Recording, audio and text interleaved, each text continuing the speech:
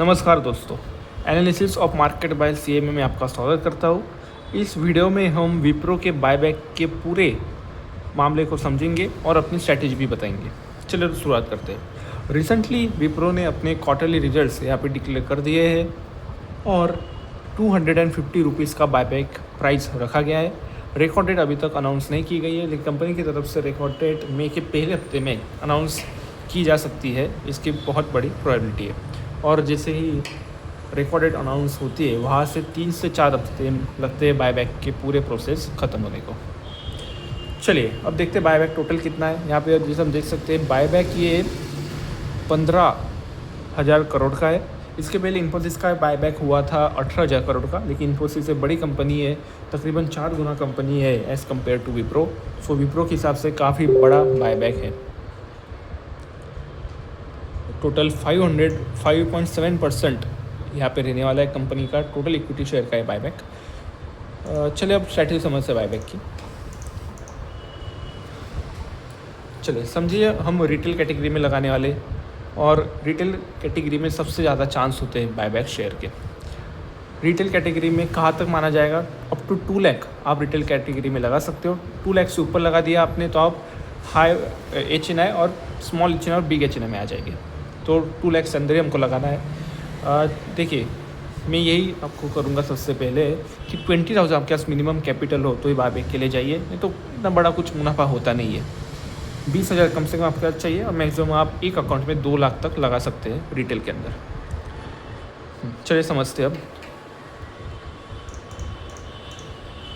देखिए, आपको ये शेयर तकरीबन 203 के आसपास लेना है एवरेज करके। अगर आपने ज़्यादा एवरेज कर लिए 206, 207 तो शेयर आपको एक दो बार ज़रूर मौका देगा एवरेज करने का। तो आपको लगभग 203 के आसपास एवरेज कर लेनी है। उससे कम कर सकते हैं तो बहुत बढ़िया रहेगा। और हमारे बायबैक प्राइस 250 तो है ही। तो अगर हम 203 के हिसाब से निकालते हैं तो आपको पर शेयर 23.16% यहाँ पे मुनाफा होगा। चलिए अब समझते हैं प्रॉफिट कैसे होगा।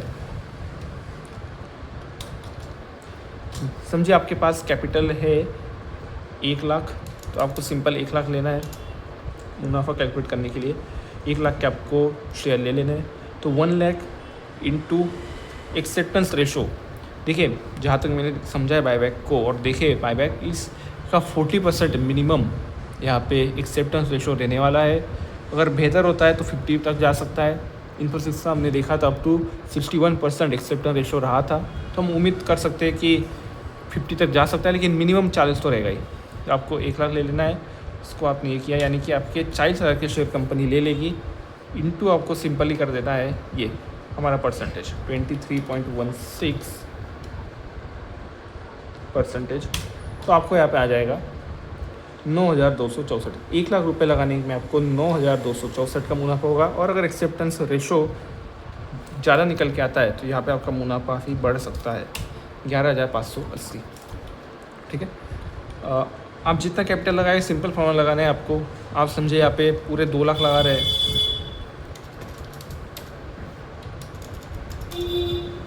2 लाख इंटू एक्सेप्टेंस रेशो करना है इंटू प्रॉफिट परसेंटेज करना है। सिंपल है एकदम। 2 लाख लगाते तो आपको 18,000 का प्रॉफिट होगा और यहाँ पे 23,160 का एक्सेप्टेंस रेशो ज़्यादा निकल के आता है। मैं ये कहूँगा जितना कम से कम आप शेयर कम में लेंगे उतना ज़्यादा आपका मुनाफा बढ़ेगा। अगर इसको लेकर आपको कोई भी डाउट होगा कमेंट करिए, बिल्कुल आपको जवाब मिलेगा, हर एक को जवाब मिलेगा। Thank you for the video.